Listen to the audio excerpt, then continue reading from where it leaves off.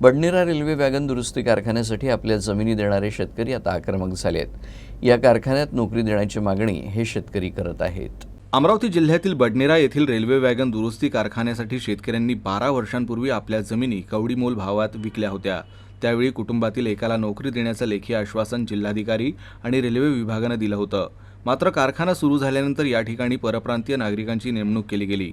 जमिनी देणाऱ्या स्थानिक शेतकऱ्यांना डावललं गेलं। मात्र आता हे शेतकरी आक्रमक झाले आहेत। जोपर्यंत नोकरी देणार नाही तोपर्यंत या कारखान्याचं उद्घाटन होऊ देणार नाही असा इशारा या शेतकऱ्यांनी दिला आहे। आमचे शेत हे रेल्वे वॅगनमध्ये 2012 पासून आमची शेत या सरकारने घेतले, हिसकावून घेतले म्हटलं तरी चालेल। तर आम्ही त्यांना या बेसवर दिले होते ते की बा आमचे एक एक मुलगा आमचा नोकरीवर घेतला पाहिजे म्हणून।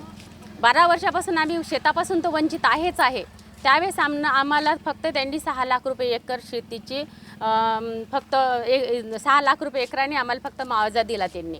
6 लाख रुपये एकरात काहीच होत नाही, पण तरी पण आम्ही दिला का चला जाऊ दे, एक मुलगा आपल्या घरचा बा नोकरीवर जाईल म्हणून। पण 12 वर्ष झालं त्याचा काहीच हालझुल नाही आहे आणि ते काही देतच नाही। फक्त त्याचं म्हणणं एवढंच आहे, फक्त आश्वासन देत आहे, बाकी काहीच करत नाही आहे। पण आता आमच्या गच्चीपर्यंत पूर्ण पाणी आलेलं आहे। आता काय करायचं काही समजत नाही। याईनं जर नाही म्हटलं, मोदी सर जर इथं उद्घाटन करायला आले तर आम्ही इथं शेतकरी फाशी घेतल्याशिवाय आता राहणार नाही। आम्हाला काही शेवटचा पर्याय तोच उरलेला आहे, नाही तर आम्ही उपोषण करू, नाही तर मग आम्ही इथं फाशी घेऊ।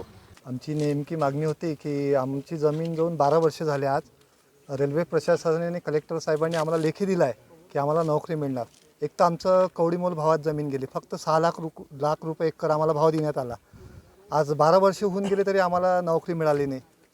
माननीय रेल्वे मंत्री पियुष गोयल, खरगे, मुकुरा, बनसळ सगळ्यांना आम्ही भेटलो।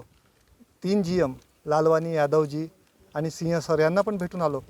आता आम्हाला असं कळलं की काही दिवसात माननीय नरेंद्र मोदी यांच्या हस्ते ह्या जमिनीचं उद्घाटन होणार आहे। जिथपर्यंत आम्हाला नोकरी मिळणार नाही तिथपर्यंत आम्ही उद्घाटन होऊ देणार नाही। त्यासाठी आम्हाला काहीतरी करायला लागलं तरी चालेल, बस हेच आमची मागणी आहे। कारण की स्थानिकांना रोजगार देणार आहे म्हणे असं पेपरमध्ये आलं होतं की 5,000ला रोजगार दिला, पण आमच्या 42 शेतकऱ्यांच्या जमिनी गेल्या, आम्हालाच रोजगार मिळाला नाही तर आम्ही करायचं तरी कसं।